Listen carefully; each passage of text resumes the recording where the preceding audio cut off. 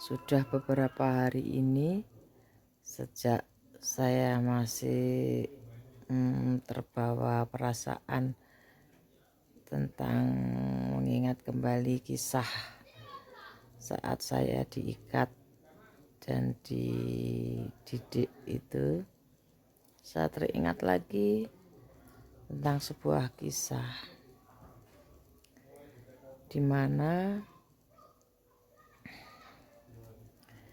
saat itu saya bersama orang-orang yang saya kenal, tapi maaf tidak saya sebutkan nama, pergi ke Bledug.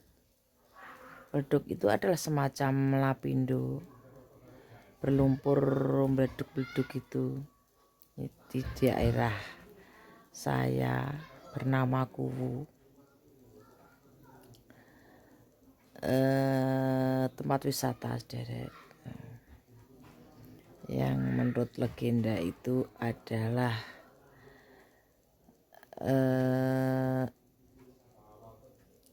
cikal bakal huruf Jawa, yaitu tempat kemunculan Baru Klinting putra Aji Saka. Makatan waktu itu saya bermain di lumpur beleduk itu yang seperti lapindo itu, tapi kalau di sini tuh dingin meskipun berasap, dan tanah di beleduk ini tuh seperti lumpur penghisap saudara, seperti pasir hidup. Pernah dengarkan?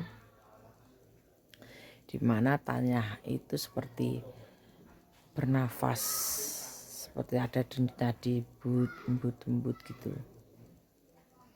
Saat saya bermain di situ, ada yang mendorong saya masuk ke lumpur hidup tersebut. Saya tahu siapa yang mendorong saya.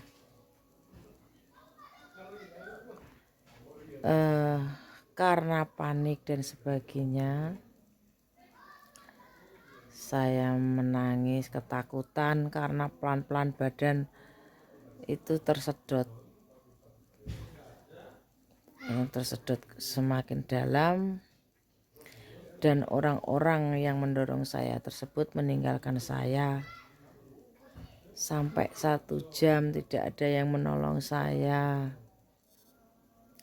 Seperti ada yang membisiki, jangan bergerak, pejamkan matamu, seperti itu. Saat itu lumpur sudah sampai dada.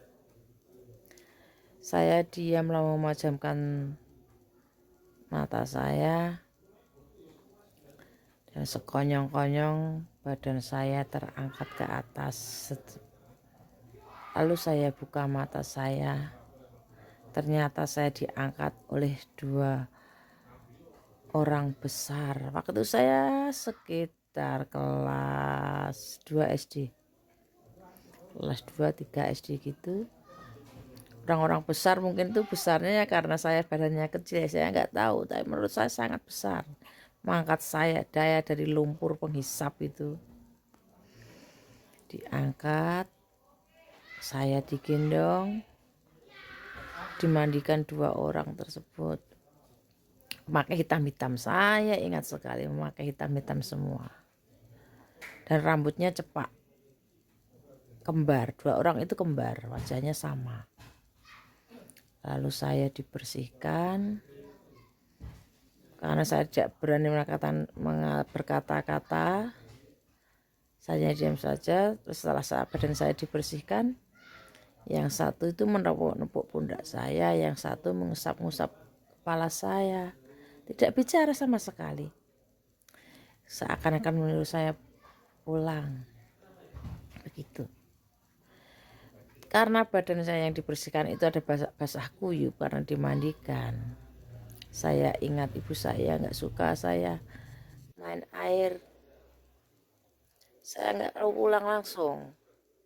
Kira-kira dari kejadian saya masuk lumpur dan ditinggalkan itu sekitar 3 jam.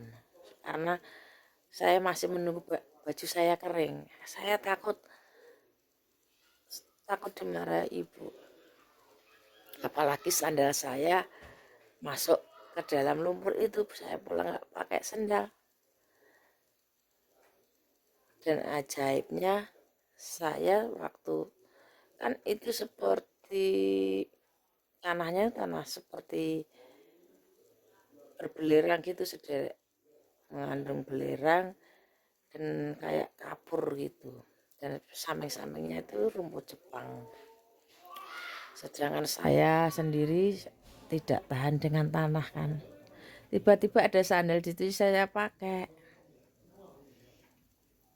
Karena saya takut kalau pulang baju basah, gak pakai sandal, pasti saya dimarahi kalau bilang sandal saya hilang. Saat saya bermain nanti saya takut dihajar lagi. Meskipun sandal sudah sering hilang kalau saat Ramadan itu di musola itu namanya langgar di sana.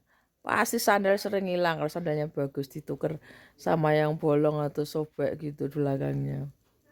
Nah, itu sering terjadi kalau seperti itu nggak dimarahi, tapi kalau hilang dengan sendiri karena saya bermain pasti saya takut dimarahi.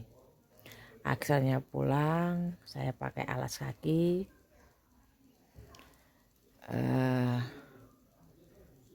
Untunglah saya nggak dimarahi, cuma dilirik sandalmu baru gitu, enggak ketukar sama teman, bilangnya begitu saja. Saya sudah lega, nggak dimarah-marahi, baju saya sudah kering. Tapi kejadian tersebut itu memberi kenangan dan rahasia, otomatis rahasia saya pribadi. Saya nggak berani menceritakan ke siapa-siapa karena saya tahu orang-orang yang mendorong itu menghembuskan saya adalah seorang pembohong agar tidak ada yang mempercayai saya. Saya tahu itu, saya tidak menceritakan ke siapa-siapa. Konyol kalau saya jujur, karena sudah siarkan saya itu pembohong. Tapi selama hidup pantang bagi saya pembohong, saudara. Saya benci sekali dengan pembohong. Maka saya diam saja. Menjadikan itu adalah rahasia. Orang-orang yang mendorong saya, sedangkan orang mendorong saya itu juga kaget. Kok saya masih hidup seperti itu. Tapi saya pura-pura tidak ingat memang, saudara. Mereka yang menjoloki saya berbagai macam, saya benar-benar bilang saya tidak ingat. Padahal itu ingatan saya itu tidak pernah terhapus. Saya hanya pura-pura tidak mengingatnya, tidak tahu. Sedangkan dejavu yang sering mengganggu saya dari kecil itu seringkali terjadi, membuat orang salah paham. Misalkan mengerjakan sesuatu, seringnya itu mengerjakan sesuatu yang ditugaskan Pak Guru, Bu Guru, itu saya sering dejavu di depan kelas, itu sering. Dan saya berusaha menetralisir dengan tidak seperti apa-apa, ketegangan mungkin kalau ada yang melihat gitu tahu saya sedang mengalami sesuatu, tahunya orang itu saya tidak bisa mengerjakan. Karena memang dalam pikiran saya gimana, saya tidak ada yang menganggap saya gila. Seperti kalau pas besar itu banyak yang ingin meruqyah saya ini kenapa saya tidak berbuat salah apa-apa. Ya silahkan kalau orang mau meruqyah saya sadarkan. Ternyata juga tidak ada pengaruhnya apa-apa. Justru yang stres yang meruqyah. Ya saudara, terima kasih sudah mendengarkan kisah saya. Terdapat kelegaan. Nah, karena ini sebuah rahasia. Ini rahasia saya yang baru lega saya ceritakan. Biasanya nggak mau cerita saya. Mengatur saja. Rahayu.